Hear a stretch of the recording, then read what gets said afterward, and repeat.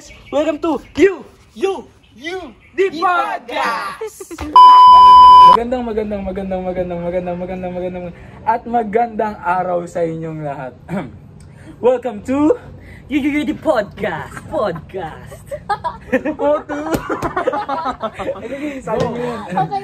Okay.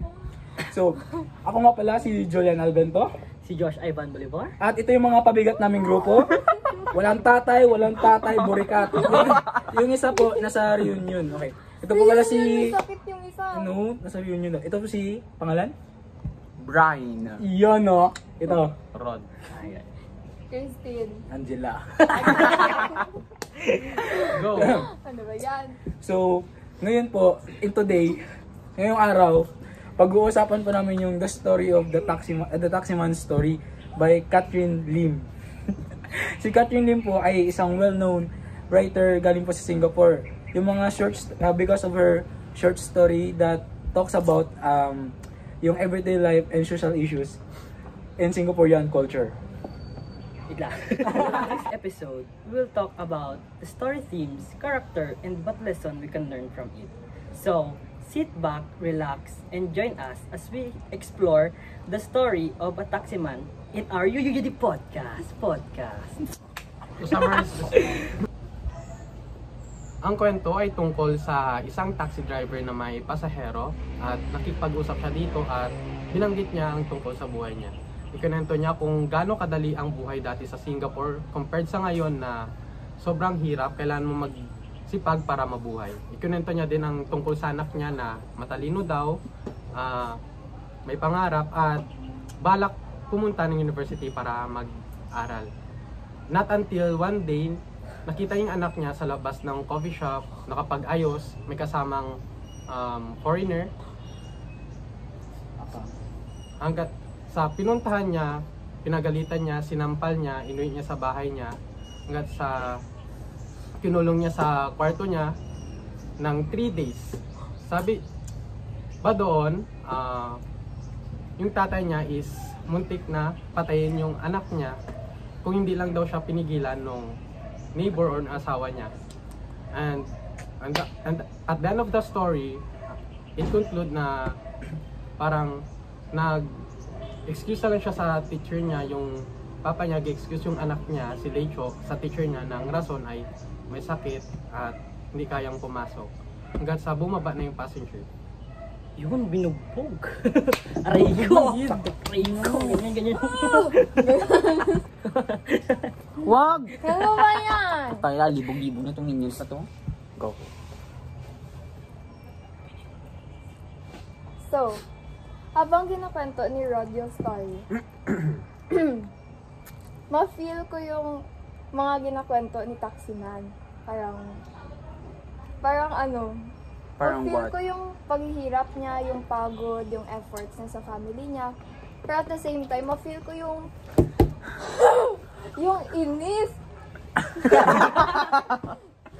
Ma-feel ko yung inis, tapos parang galit ako sa tatay kasi grabe yung pagtrato niya na masama dun sa anak. Lala, gibugbog Yeah, talaga. kawawa. Totoo. Given pa na babae. Yeah, tama. Ikaw na. Pero for me, medyo valid yung reaction niya na Wala ka ginasaktan yung anak niya. Kasi, syempre, hindi na-expect niya yung anak niya kasi, di ba sabi ni Rod, like parang good siya na anak, gusto niya mag-aral sa university para makapagtapos.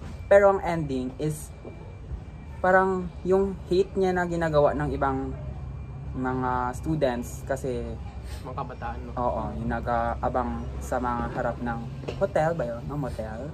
Yung mga Para, coffee shops, mga banyaga. coffee shops. Then, para mag-wait na mga foreigner. Then, Gusto nila yun. yung source of income nila. Oo. Pero, syempre, as yung taxi man or yung driver, syempre, parang, gina-expect niya na mabait yung anak niya.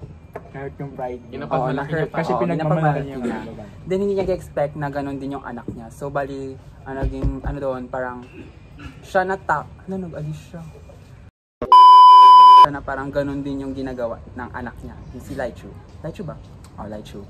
Then parang ginano doon is yung generational gap nila kasi parang yung this generation is parang hindi na masyado nag-obey sa kanilang mga parents. Kumaga parang ginagawa nila freely yung mga gusto nila. Without any parang limitation. Familiar, Brian? Familiar? Parang ako yun. Joke lang. Parang gano'n lang. Yun lang yung mga thoughts ko pa lang sa Taximan. Yes. Pero to defend yung anak niya, si Leicho, since in public yun sana, nag-restraint siya bago niya sakitan yung anak niya. Kasi like parang, madaming makakakita, parang nag-add lang siya ng insult sa sugat. Parang mas pinalala niya. Parang yung sugat nilagyan niya ng asin. Dapat ang ginawa niya is, pinauwi niya muna yung before niya Inuwi niya ginawa. man yung anak niya. Yun niya muna anak niya. Pero doon ang niya pangit pa doon, kay inuwi, sinampal niya na doon. And the way na pagdisiplina niya sa anak niya, hindi din siya okay kasi Kasi Hindi, physically kasi siya. sa time nila, di ba, yung paano mag-discipline yung parents, parang Oo, parang ginagawa parang- sa bigas, Oo. ginasakos, like physical talaga kay pa rin o din tinadala nung Kumbaga yun yung taximan. way ng pag Discipline. discipline. Yun ang physical nila.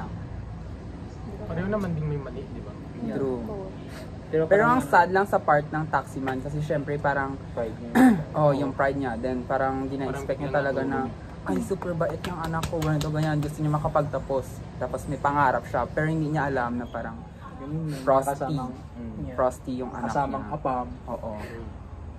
Akala niya, Maitim pa yung yung future ng anak niya, secured na kasi balak mag-aral sa oo, university, masipag, mag-aral. Pala may sugar daddy. Saka yung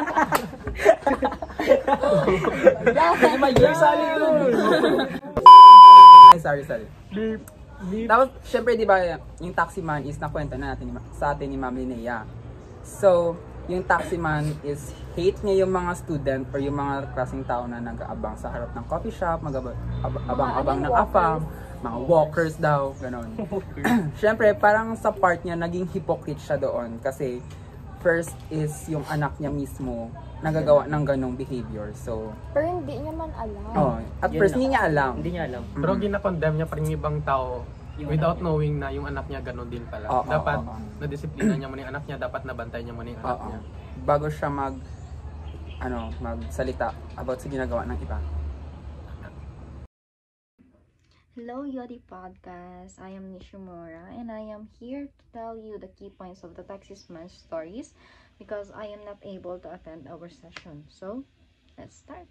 First, let's start na tayo sa Taxisman na very strong sa moral views niya. Like, he sees himself as someone na gina-upholds niya talaga yung discipline and traditional values. Tapos, of course, he believes the young people, especially sa girls, na mag-behave daw sila. Dapat behave lang sila properly.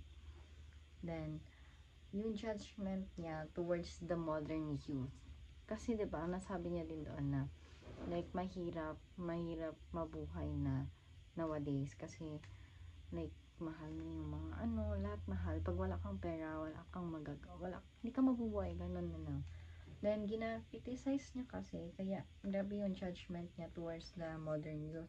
Gina-criticize niya yung girls na nag-skip ng school, tapos nag-abang-abang dun sa mga cafe, dinundaan, tapos ginamit niya na yung mga boys secretly, mga foreigners, ganun.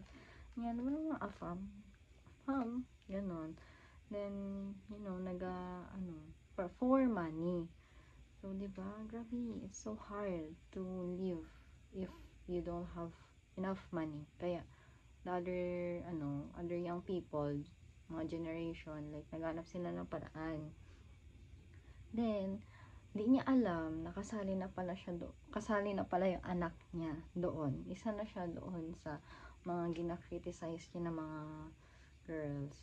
Then, like, nahuli niya yung anak niya na may like, very shocked kasi akala niya, like, yung gina-expect niya na very disciplined, very demure yung anak niya, but who knows na ganun din pala.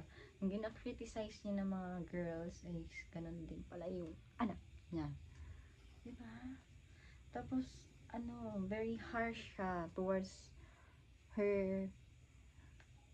his daughter. Very harsh siya kay Leichu. Kasi gani, nahuli siya. So, parang hindi niya na pinalagpas din. Bumaba siya sa kotse din. Ayun na, sinaktan niya na din.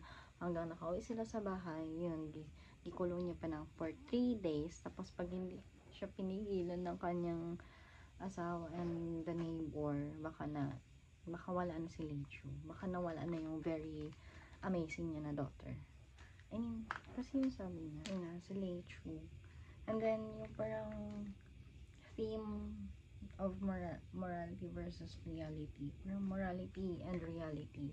Parang yung story is ginapakita nila how people often criticize or judge others without seeing their own their own flaws, like yung life talaga nila, like gina-highlight sa story yung talaga yung traditional values and the modern behaviors, kasi syempre yung mga beliefs ng parents or like syempre iba talaga sa modern behavior.